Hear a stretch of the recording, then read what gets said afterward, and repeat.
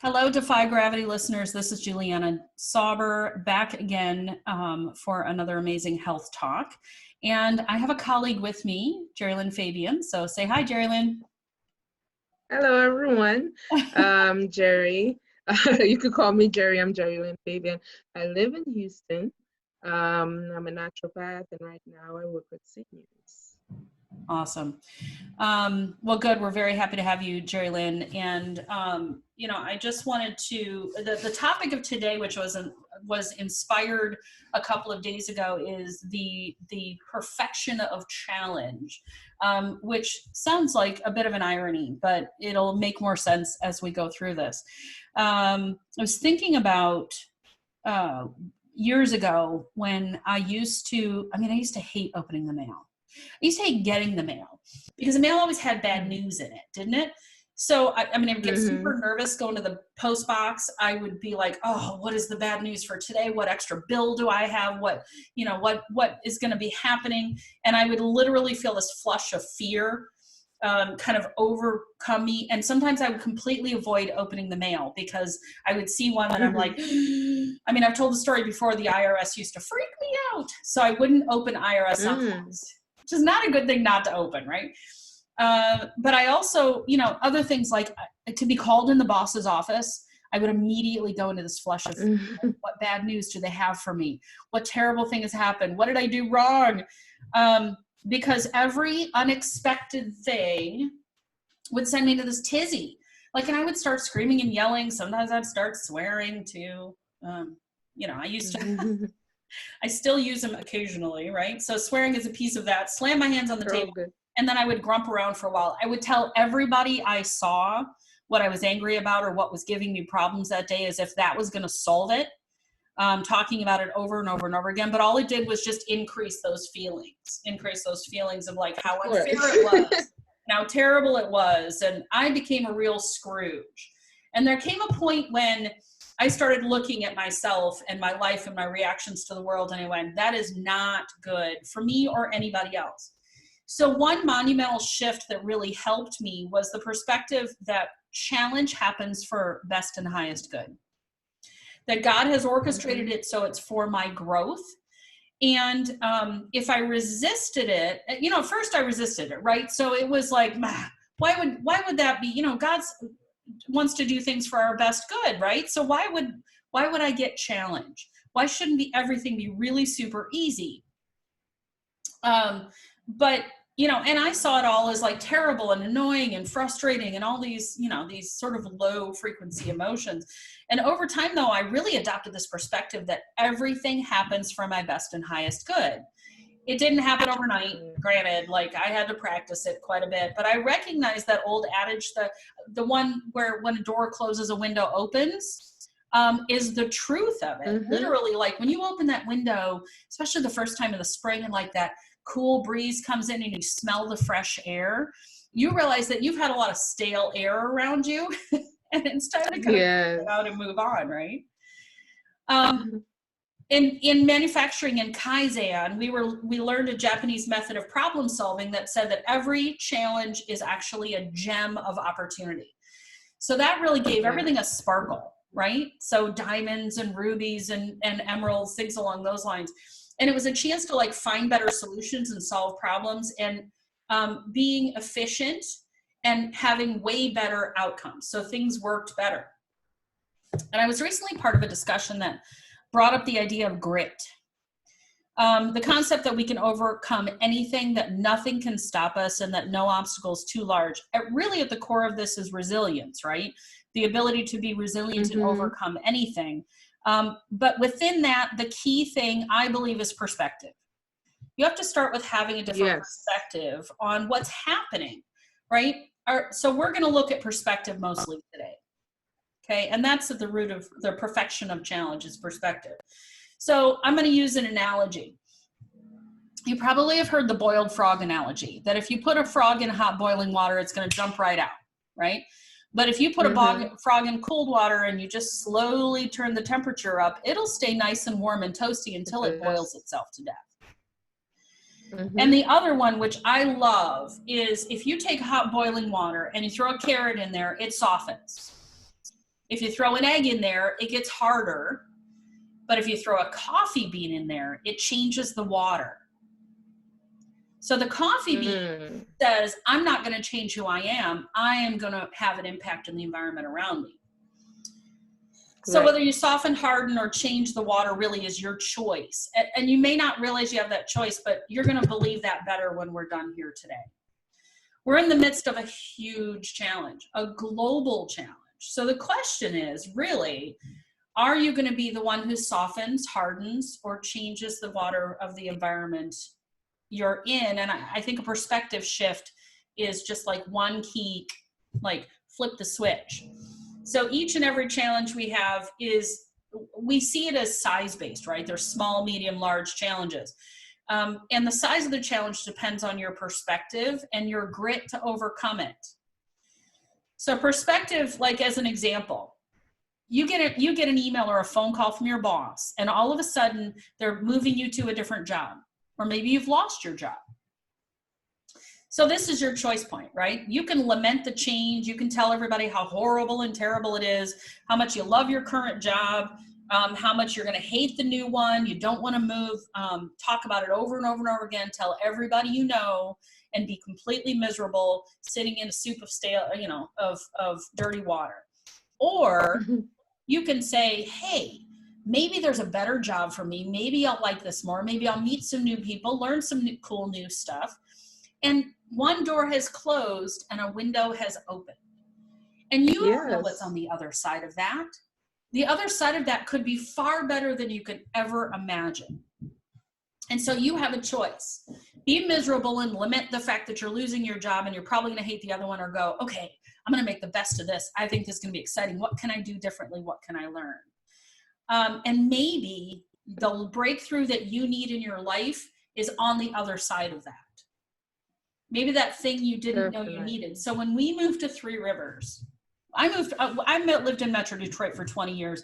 We went to black tie events. I went to all these amazing restaurants. I owned a lot of high heels and fancy clothes. And my husband even owned a tuxedo at that point in time. And we had a super cool life. And I had done that for a long time. And we ended up moving to Three Rivers. My job took me over to this side of the state, and Three Rivers is a town of 5,000 people. We moved here because it had Myers and Home Depot. So I was like, some semblance of civilization. So we get to Three Rivers, and I kept thinking, why am I here? There's nothing to eat. There's no plays to go see. There's no parties going on. I didn't understand at all while I was there. But clearing the fray and the chaos of what was going on in the city meant that I could get clarity about what I needed to do and who I wanted to be. So that really, and it sounds like what's going on now. Yeah. Yeah. It kind of sounds like what's going on now. It is and really, you have to get to the place. We're cocooned in our houses, and it's really a chance for us to explore. What are my priorities? What's next? And really choose. It's interesting that you mentioned that, because this morning I woke up and I was thinking about the power of imagination in changing everything that's going on. And I don't know how many people realize that a lot of things that they are focused on is just imagination. A lot of people imagine shortage. So because they imagine shortage, they run to the store every day and buy tons of stuff that they won't use, or they use up more regularly than they would have if they were just going through their normal routine. Some people are imagining that some war is going to break out, and that's another reason for all the stocking up.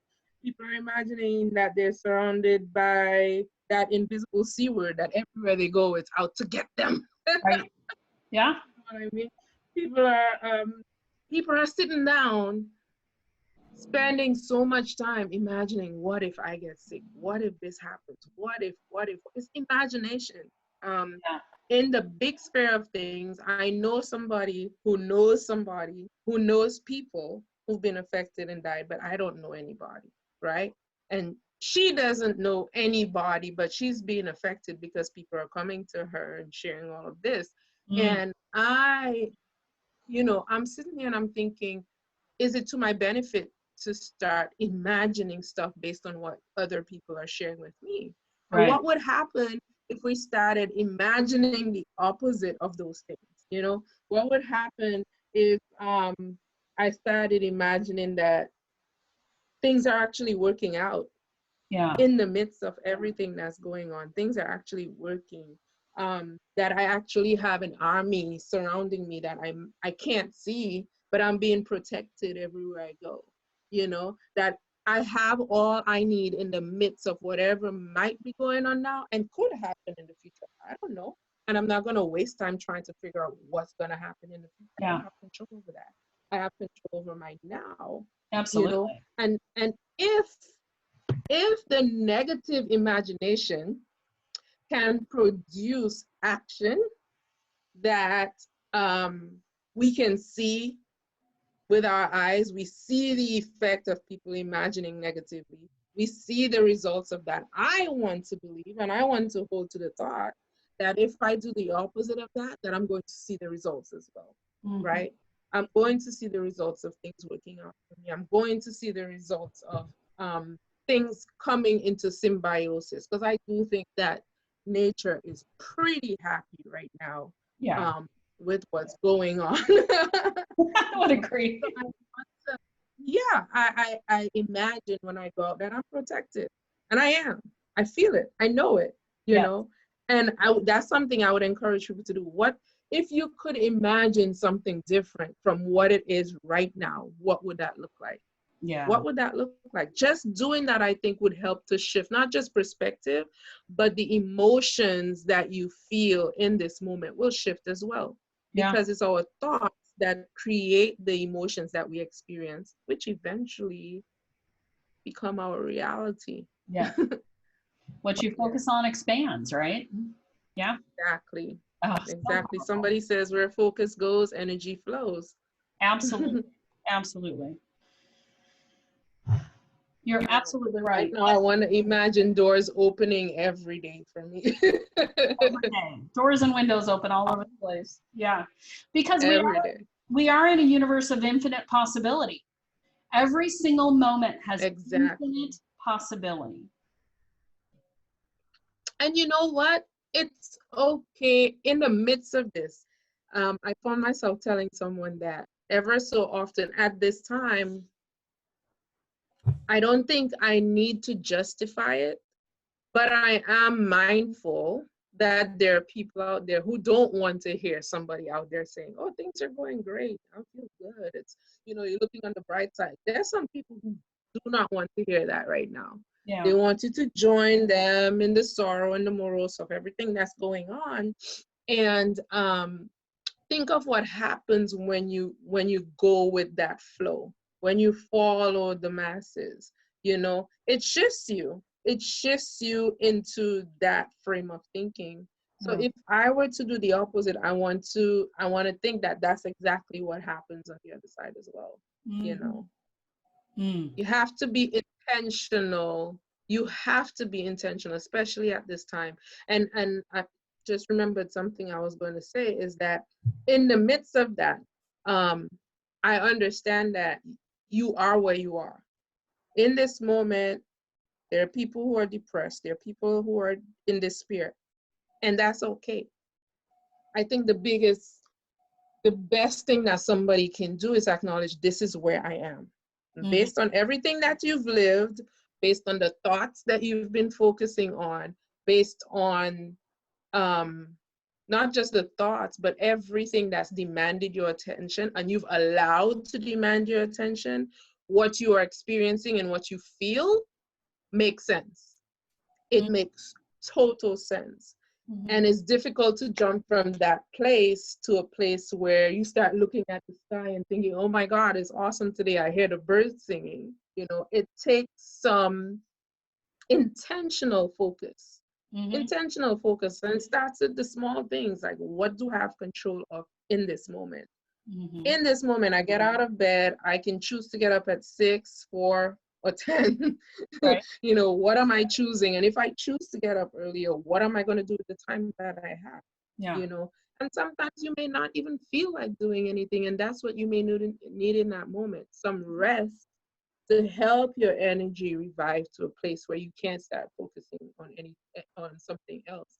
And there's such a mixture of there's a pot, a boiling pot with a mixture of emotions that could keep you so stuck where say for example you realize that you're not being motivated to do anything when typically you're the person who's on the go, and you're realizing that, and instead of thinking, you know what, I don't get to sleep in for a change, you start judging yourself that you don't get up when the alarm goes off, which creates a domino effects of other emotions that keeps you even stuck in a place of despair. Yes. You know, what do I have control over? I get to sleep in and I choose to sleep in as opposed to I've not been able to sleep in, you know.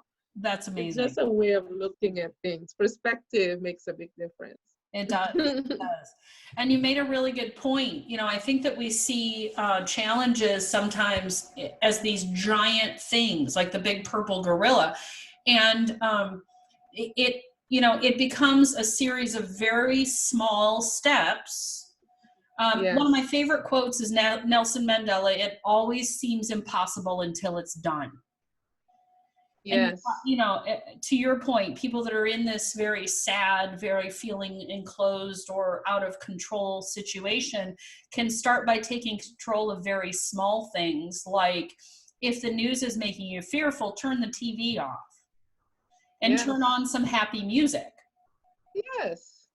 If Start you're dancing for a change. yeah, get moving. Yep, I love dancing. And it always makes me happy when I'm dancing. You know, if you're Exactly. feeling darkness around you, open the curtains, go outside. Even if it's not Yes. sunshiny Yes. out, it's still light out. Something that I would do occasionally just for the fun of it, just listen to some comedy on YouTube. Put some comedy on, you know, go on comedy center, whatever type of comedy outlet you have, you know, stick Right. that in. Just sometimes just a 5 minute joke, you know, takes me through a Right. period of time. Absolutely. We're big fans of Gabriel Iglesias, also known as Fluffy. And we got to see him right before the lockdown started. We saw his very last live performance. And he said, he goes, I don't know when I'm going to be performing again. So you guys get the best of me. And he literally was on stage for 2.5 hours. My stomach hurt, my jaw hurt, but I felt so good at the end of it. And that kind of feeling is so amazing. So you're right. Just 5 or 10 minutes of comedy, laughing, turn on the silliest movie you can imagine or the silliest comedian, whether you're a Three Stooges fan or a Chris Rock fan, it doesn't matter. Just turn that on and have a lot of fun with it. You know what's interesting? I also think it's an opportunity for people to rediscover themselves. Yeah. Because the things we're talking about, we know we like. It might seem far-fetched to think, but some people are at the point where they've been going through a cycle for so long that they've forgotten who they are at their core. Yeah. And they may need to rediscover who they are. And sometimes it just starts with trying something out. Yeah. What are some things that you've always wanted to do, but you thought I never had the time, or it might seem unprofessional, right? You know? And now you're home and you get to stay in your pajamas all day. What do you want to do with the time? You know? And comedy may be one thing, and dancing may be another thing, but karaoke might be something else. You know, something fun that I experienced over the weekend, and I didn't realize how fun it was until I actually clicked on the button and entered Zoom, is my family, my extended family, had a reunion on Zoom. And there are about 50 something of us on Zoom talking for almost 4 hours. Wow. And then we got back on another day, and there was this app that we could, one of the person who was managing the Zoom call could blast on the Zoom screen, and we were all playing games from all over the world, and it was amazing. And I found so much satisfaction and pleasure in that.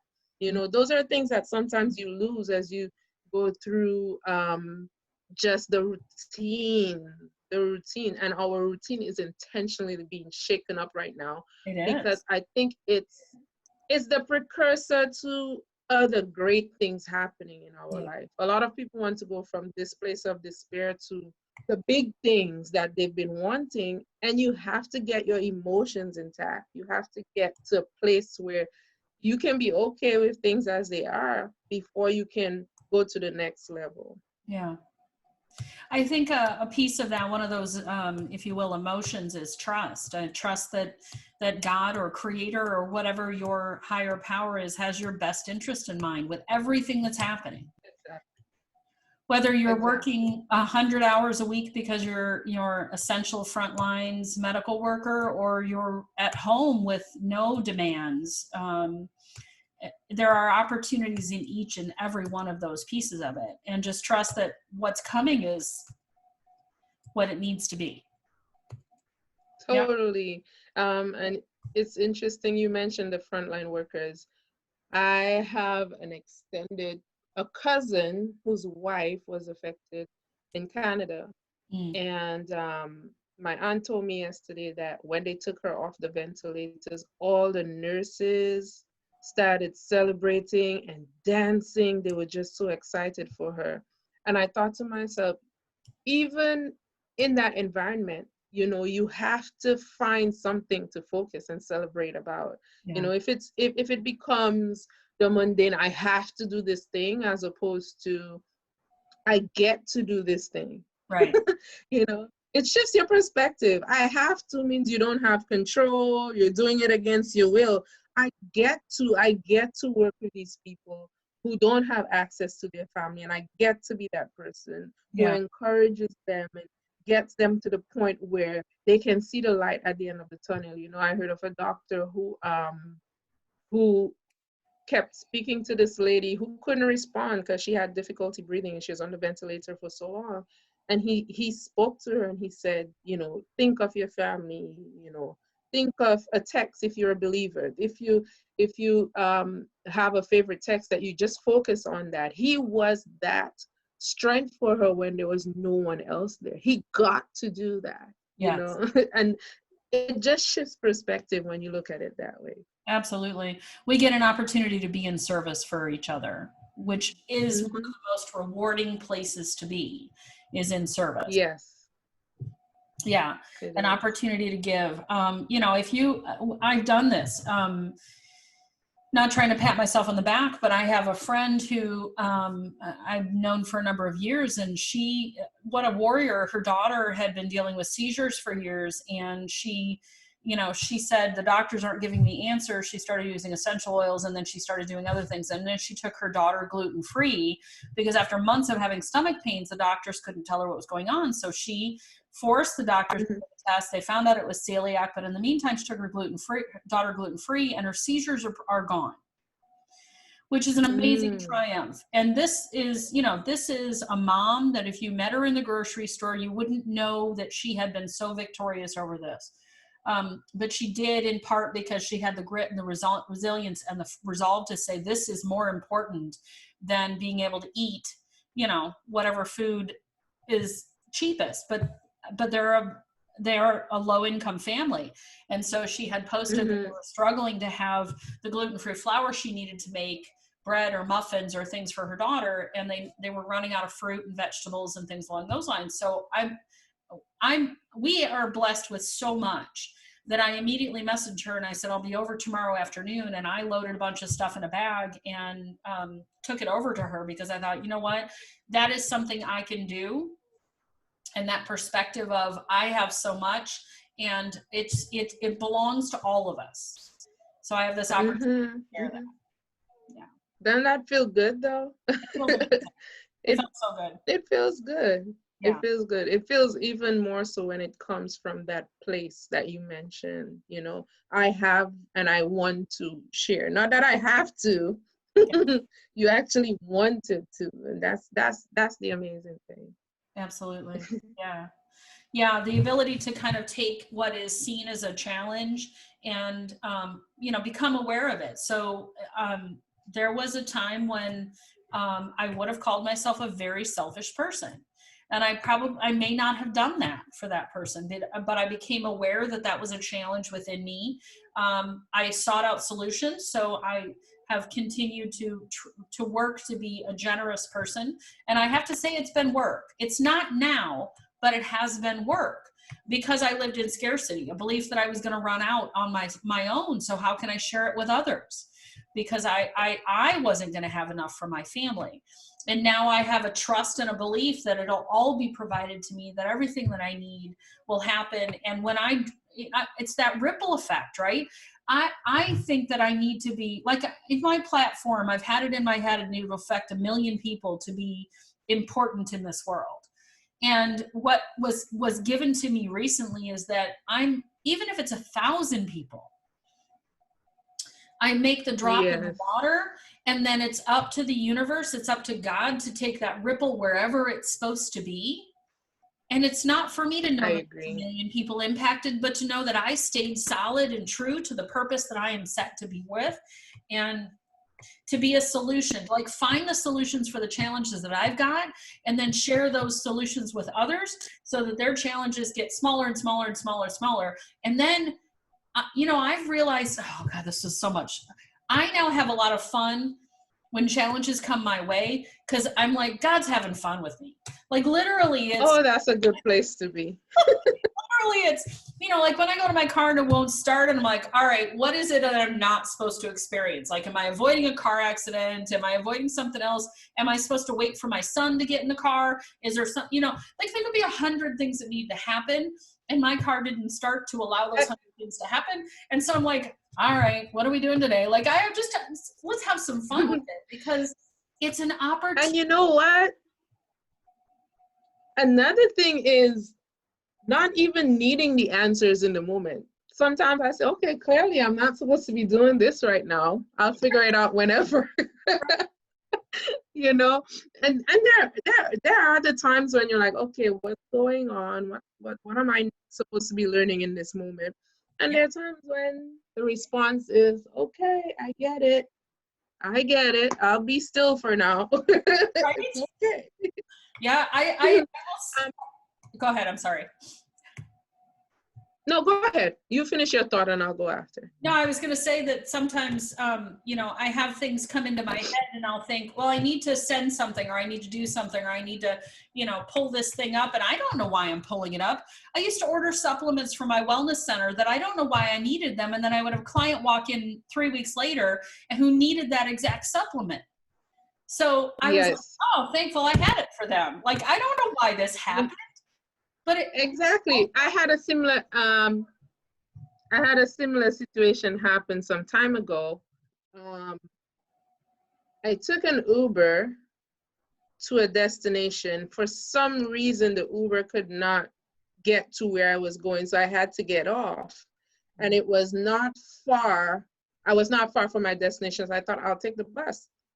And I'm standing in the bus stop, and there's this guy who's just talking to himself and lashing out in the air, and everybody kept running away from the bus stop. And I thought, I'm fine, I'm okay, there's nothing to be afraid of. And I stood there, and I think the fact that I stayed there, he was caught off guard because he's used to people running away from him. I looked at him dead in his eye.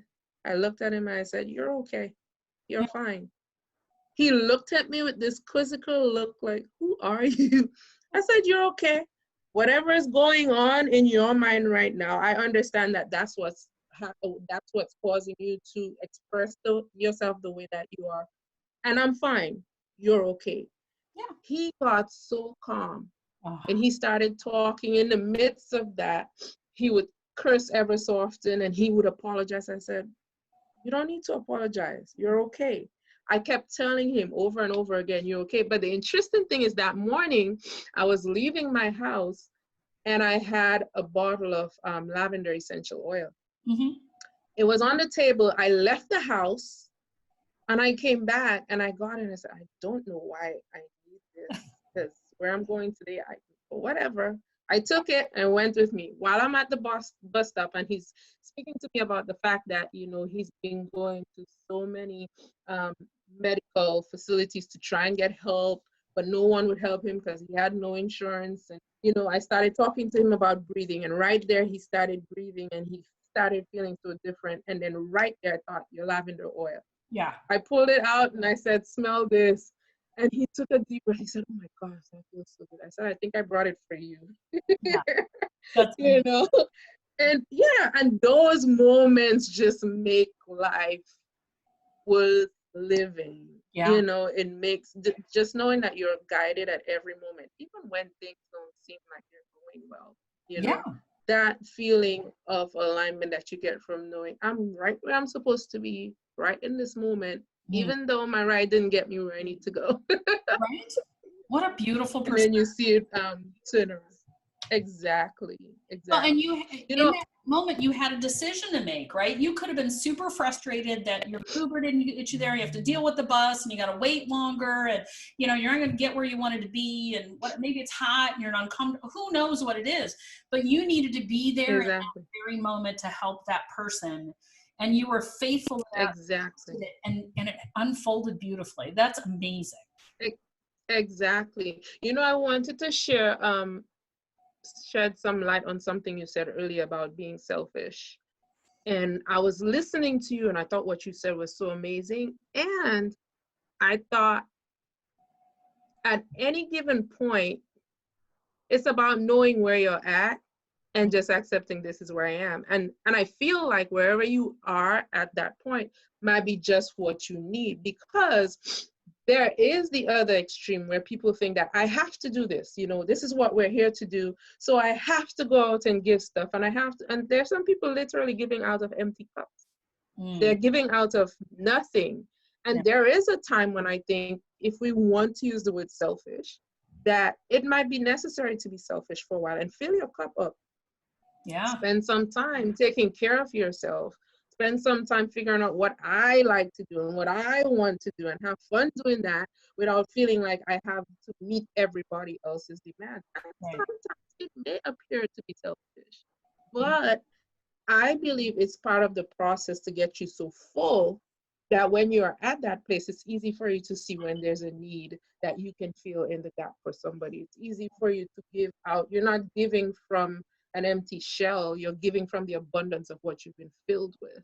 You Absolutely. know, so for me, it's all about accepting this is where I am right now, and wherever I am, it's okay. Yes. It's okay. Oh, There's a time to be selfish, and there's a time to just keep giving from the abundance of your heart.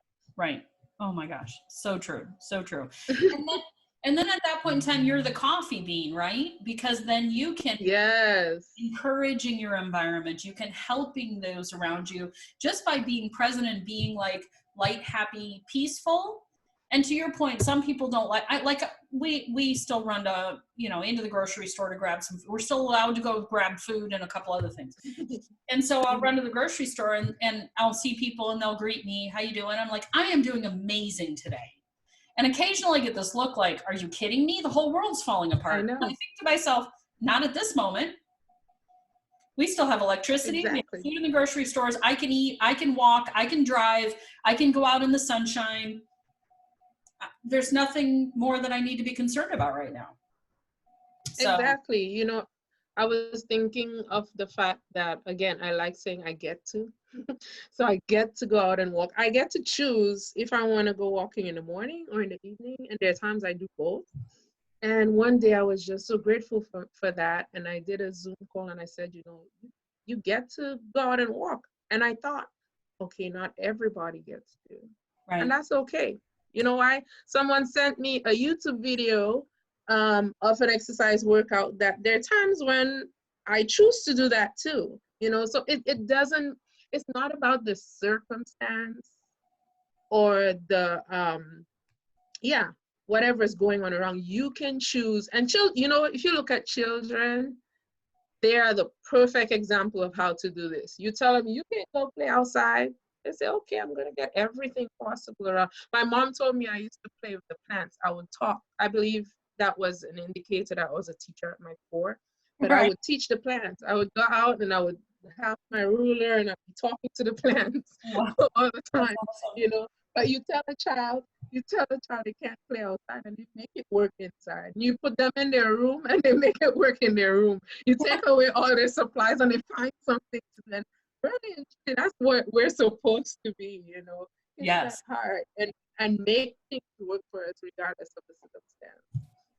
Yeah, that's when you're letting life flow. And that's when it's Hmm. easy, right? I feel like part of Exactly. part of this perspective piece is resistance, right? It's Yes, life isn't supposed to be easy. My dad told me life is hard. You have to work really hard. exactly. And I hear this a lot. Everything's so hard. Why? Exactly. Again, you get to choose whether it's hard or not. And accept when it's easy. Don't think that you have some big price to pay. And it's interesting, not only that, but our perspective of others. I believe how you view others is a reflection of what you're inviting to yourself, Mm, right? So if I see things working out for somebody else and it's happening easy for them, but I start wondering, why is it working out for them? It's not working. Maybe they did something to do that. If I can't be happy for them, what I'm saying to the universe is it's not possible for me. And you know what? I think it's possible for me. So when I see for others, I see it as confirmation. I want to be excited for everything I see working out for everybody else around me, because yeah. that's what I want in my direction as well. And I think people need to be aware of um, just where you're at. Pay attention to, and it's not about judging yourself. If in the moment you sense some jealousy, that's okay. Being mindful is the bigger thing. Being mindful of, whoa, I just realized that I'm really jealous right now. Things are working out for this person and I'm not feeling good about that.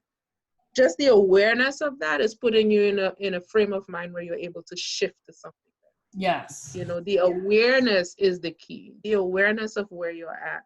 But it's a big deal to pay attention to, hey, what am I experiencing when I am surrounded by these circumstances? Yeah. When I see things working out, it also challenges your belief system. Because in that moment, if you can't be happy for someone who's experiencing joy, or who's experiencing abundance and things working out for them, it might be because of my belief that it's not supposed to be this easy. Mm, Where's the struggle in all of this?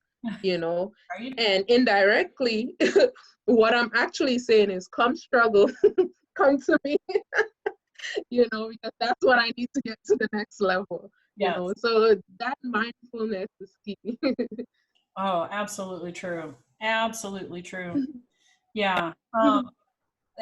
As you were mentioning your kids, when I hit that point when I recognized that I needed to change, one of the things that drove that is like, if I was the coffee bean in my family's environment, I was creating a really bitter environment. And I didn't want that for my kids. I heard I can't.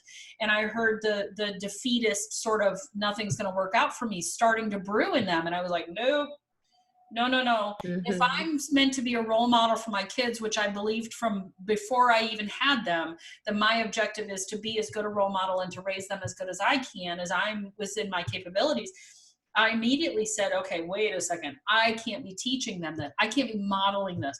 And so for me, especially getting started, because I was still in a pretty self-centered place, is that helped me with the generosity piece of it, because the more I worked at it, the more that I saw a change in myself and perspective change, where I didn't see the difficulties in life as a problem. I saw them as an opportunity and started to rejoice in all of them and have some fun with it. Then they also started to have fun with those challenges. And that became an opportunity too for me to accept what I'm good at and what I'm not good at, and be okay with this part of it, and to give it to other people who are. I think about us Hmm. building this house. Building a house is, we hired certain portions of it done, because though we could do it, we recognize that they're going to do it better and faster. We're going to let them have it. When it came to so the jobs that needed to be done that we were keeping for ourselves, I was like, okay, electrical, I can run wires, I can design a layout, but I'm not hooking up plugs or switches. I'm not hooking up lights. I'm going to let you have that. Hmm. Like that, and I'm okay with that. When it comes to the drywall, the finishing piece of it, I can't do trim, I can't hang doors, but I can paint. I can pick colors. I can coordinate things. You know, I can't lay flooring, but I can bring you boxes. So it was a matter of, and I really had to like get the ego out of that and let that flow easily. Like, that's no challenge for me anymore. I used to think that I had to be perfect at everything and to be capable of doing everything. Now I'm like, no, that's not my wheelhouse. You get that one. I'm over here doing my thing. So that's interesting too, because another thing that happens is when you focus on your strengths, it allows room for more opportunities for growth. You know, when I get hung up on what I can't do, can't. Oh boy, that's such a restrictive word. You know, the things that I'm not the best at. When I get hung up on that, even the things that I am good at, I feel resistance in doing my best in those areas because I'm so hung up on the other side of that. And sometimes I've seen this quite often where people think, you know, their job is to go around and fix the problem. The same thing happens, you know, when you keep focusing on the problems that needs to be fixed as opposed to the opportunities or the strengths that exist that you can maximize on. Maximizing on your strengths actually opens the room and opens the path for you to develop solutions to problems that you didn't even realize were there. You know, it just seems like the next thing to do because it just goes along with the momentum. Makes sense. Well, and trusting that, you know, the thing that you're focused on working on, again, that to that ripple effect, we don't know that when we fix this one piece of it, how that's impacting everything that might have happened. Yes. Is improved because of it. Yes. You know, just this past week, just last week, I was thinking about different stages in my life where I just chose to go with the flow, even though in the midst of it, I wasn't sure I was making the right decision, but it just felt like the right thing to do. And I remember when you know, I worked with young people for the majority of my career, and now I work with seniors. And I remember thinking, what does that have to do with each other? Until I got into it and I realized, okay, something's going on here. And it started paving the path for this, I say big idea, it's really not that big idea, but it's provided the experience for certain avenues that I want to venture into. But in the moment, it did not feel like that at all. I thought, I'm off my path. I thought, I don't know what's going on. I'm just doing this just because, you know, and sometimes in the moment, it may feel like that. It may feel like that, but there's a part of me that knew I was doing the right thing. I just couldn't see how the big picture was coming together. And in some ways, I still haven't figured it out. But I have an awareness at this time because I see the dots coming together. I have an awareness that, hey, this was all supposed to be. You know, it was supposed to be, and everything is always working out. So true. I've had similar experiences, so I can appreciate that. That's so amazing. Oh my gosh. Well, I know we could go on forever. We really, hopefully this has been great for those who have the opportunity to hear this at whenever date this is, right? In the midst of the pandemic or once we're beyond it. So I think we'll just close with the idea that challenge is not difficult unless we perceive it as difficult, and that everything has infinite opportunity to be amazing. So I'd encourage you to let it flow, have some fun with it, see the opportunity in it, and just enjoy life and celebrate it, because there's so much good stuff in everything. Awesome. Any closing words, Jerry? The thought that came to mind is that things are always working out. You know, even if you don't believe it, if you were to pretend, because we pretend all the time, we pretend for our bosses, just pretend for a while, pretend like things are working out. You know, imagine differently for a change. And eventually your brain will start to believe the things that you're saying. You Yes. know, just tell yourself things are working out. I can't see it. You can be a little bit honest. You can say, I can't see it at this time, but you know what? I'm just going to hold on to the fact that things are working out and allow life to show you how, not if, but how it's actually working out. How it's working out. Oh, that's awesome. Great. Awesome closing. All right. Well, thanks, Jerry. Appreciate your being here and giving us your wisdom. So look forward to many other great conversations after this. Yes, I enjoyed this. All right. Bye-bye. Okay.